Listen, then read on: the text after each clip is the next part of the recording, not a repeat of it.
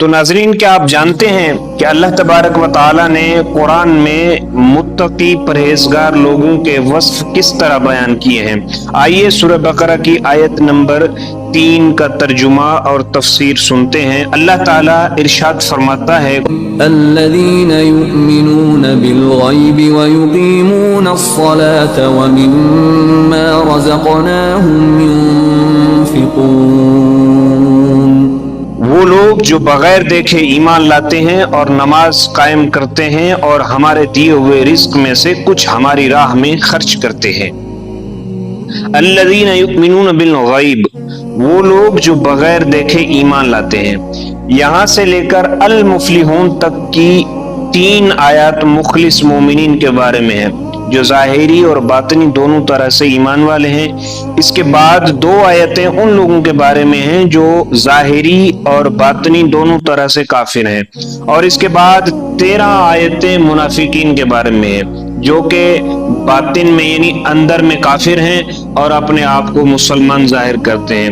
آیت کے اس حصے میں متقی لوگوں کا ایک وصف بیان کیا گیا ہے کہ وہ لوگ بغیر دیکھے ایمان لاتے ہیں، یعنی وہ تمام ان چیزوں پر ایمان لاتے ہیں جو ان کی نگاہوں سے پوشیدہ یعنی چھپی ہوئی ہیں، اور نبی کریم صلی اللہ علیہ وآلہ وسلم نے انہیں ان کے بارے میں خبر دی ہے، جیسے مرنے کے بعد دوبارہ زندہ کیا جانا، قیامت کا قائم ہونا، اعمال کا حساب ہونا اور جنت و جہنم وغیرہ۔ تو اس طرح جو ہے نا ان پہ بھی یہ ایمان رکھتے ہیں۔ اب آگے جو ہے نا فرمایا وَيُقِيمُونَ الصَّلَاةَ، اور نماز قائم کرتے ہیں۔ آیت کے اس حصے میں متقی لوگوں کا دوسرا وصف بیان کیا گیا ہے کہ وہ نماز قائم کرتے ہیں۔ نماز قائم کرنے سے مراد یہ ہے کہ نماز کے ظاہری اور باطنی حقوق ادا کرتے ہیں، اور جو ہے نا نماز کے ظاہری حقوق یہ ہیں کہ ہمیشہ ٹھیک وقت پر پابندی کے ساتھ نماز پڑھی جائے اور نماز کے فرائض، سنتیں اور مستحبات کا خیال رکھا جائے اور تمام مفسدات و مکروہات سے بچا جائے۔ جبکہ باطنی حقوق یعنی اندرونی حقوق یہ ہیں کہ آدمی دل کو غیر اللہ کے خیال سے فارغ کر کے ظاہر و باطن کے ساتھ بارگاہ حق میں متوجہ ہو اور بارگاہ الہی میں عرض و نیاز اور مناجات میں محو ہو جائے۔ اب اگلے حصے میں اللہ تعالیٰ نے فرمایا اسی آیت کے اگلے حصے میں وَمِمَّا رَزَقْنَاهُمْ يُنْفِقُونَ، اور ہمارے دیے ہوئے رزق میں سے کچھ ہماری راہ میں خرچ کرتے ہیں۔ آیت کے اس حصے میں متقی لوگوں کا تیسرا وصف بیان کیا گیا ہے، وہ اللہ تعالیٰ کے دیے ہوئے رزق میں کچھ اللہ تعالیٰ کی راہ میں خرچ کرتے ہیں۔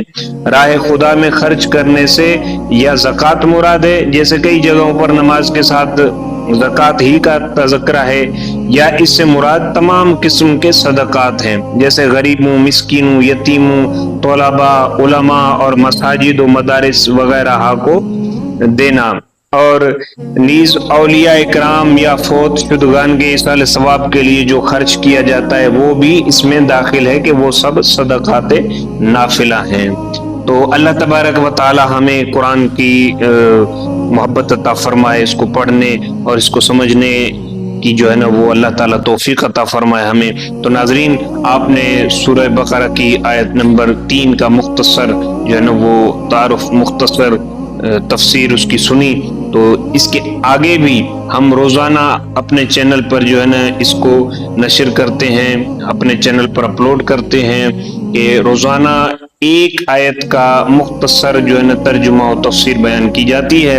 تو آپ مہربانی کر کے ہمارے چینل کو فالو کریں، سبسکرائب کریں اور لائک کریں، آگے شیئر کریں۔ اللہ تعالی ہمیں عمل کی توفیق عطا فرمائے۔ یا اللہ، جو ہماری اس ویڈیو کو لائک کرے، شیئر کرے، ہمارے چینل کو سبسکرائب کرے، یا اللہ اس کو قرآن کا حقیقی علم عطا فرما اور اس کو متقی پرہیزگار بنا اور اس کو حاجی بنا۔